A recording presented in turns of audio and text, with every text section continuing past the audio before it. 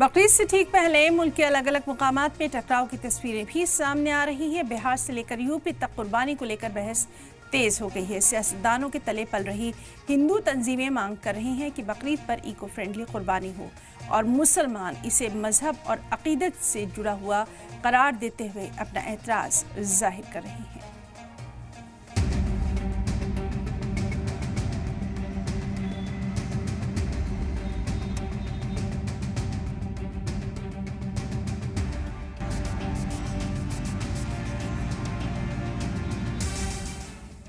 सात जून को बकरीद है, लेकिन सियासत उसके कई दिन पहले से ही एक्टिव हो गई है। ईद उल अजहा से पहले कल जुम्मा भी है। जुम्मे की नमाज अदा की जाती है, अल्लाह से रहमत की दुआ मांगी जाती है। इसीलिए जुम्मा और बकरीद को लेकर इंतजामिया ने भी तैयारी पूरी कर ली है। हर बार की तरह इस बार भी बकरीद से पहले बहस कुर्बानी पर ज्यादा चल रही है।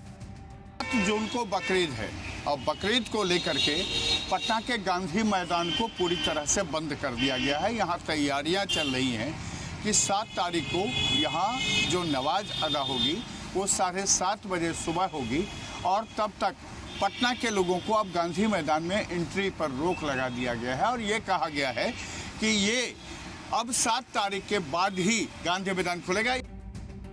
मुल्क के अलग अलग हिस्सों में हिंदू तंजीमों से जुड़े लोग इको फ्रेंडली बकरीद मनाने की अपील कर रहे हैं। देखिए, जो लोग होली और दीपावली पर उपदेश देते थे, आज बकरीद पर उनकी चुप्पी क्यों है? वे क्यों नहीं?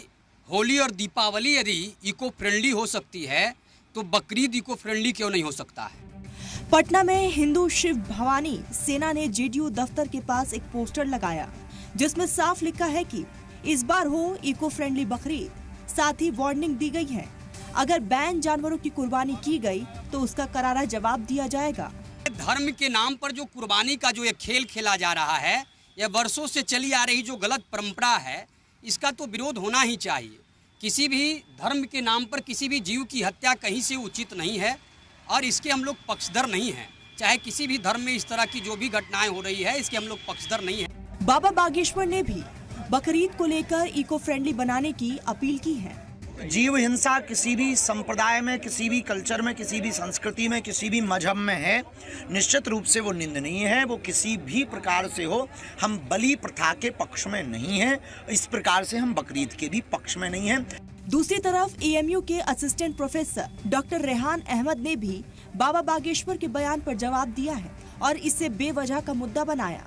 उन्होंने कहा कि आज कुर्बानी रोकने की बात हो रही है, कल नमाज रोजा पर सवाल उठेंगे। इस्लाम में कुर्बानी फर्ज है, हज के दौरान लाखों कुर्बानियां होती हैं। ये परंपरा नहीं है, लोग ये कह रहे हैं कि ट्रेडिशन और रिवायत है, ये रिवायत नहीं है। आप ये देखिए कि आप यहाँ बहुत कह रहे हैं, आप यही चीज जरा हज के मौके पे कर दीजिए कि जहाँ पे लाखों करोड़ों की तादाद में कुर्बानियां होती हैं और जो आदमी वहाँ कुर्बानी नहीं करेगा उसका हज भी नहीं होगा। अब आप कल ये कह दें कि आप साहब नमाज मत पढ़े, आप कल ये कहते साहब रोजा न रखे, आप कल ये कहते साहब ज़कात न दे, आप कहते सदका न दे, तो इसका क्या मतलब है? यूपी, एमपी और बिहार के कई शहरों में हिंदू तंजीमें अपनी अपीलों के पोस्टर लगा चुके हैं। कई जगह पोस्टर हटाए भी जा चुके हैं। पुलिस ने साफ कहा है कि अफवाह या नफरत फैलाने वालों पर कार्रवाई की जाएगी। सोशल मीडिया पर भी निगरानी रखी जा रही है। मुल्क में हर मजहब को मनाने की आजादी है, लेकिन हर अकीदत के बीच एक दूसरे मजहब के लोगों के जज्बात भी हैं, जो हर मजहब के लोगों को मानने चाहिए। लेकिन कुर्बानी पर सवाल उठाने वाले उस वक्त खामोश क्यों हो जाते हैं जब मस्जिदों के सामने डीजे बजाकर फिरका वाराना नारेबाजी की जाती है। ब्यूरो रिपोर्ट, सलाम टीवी।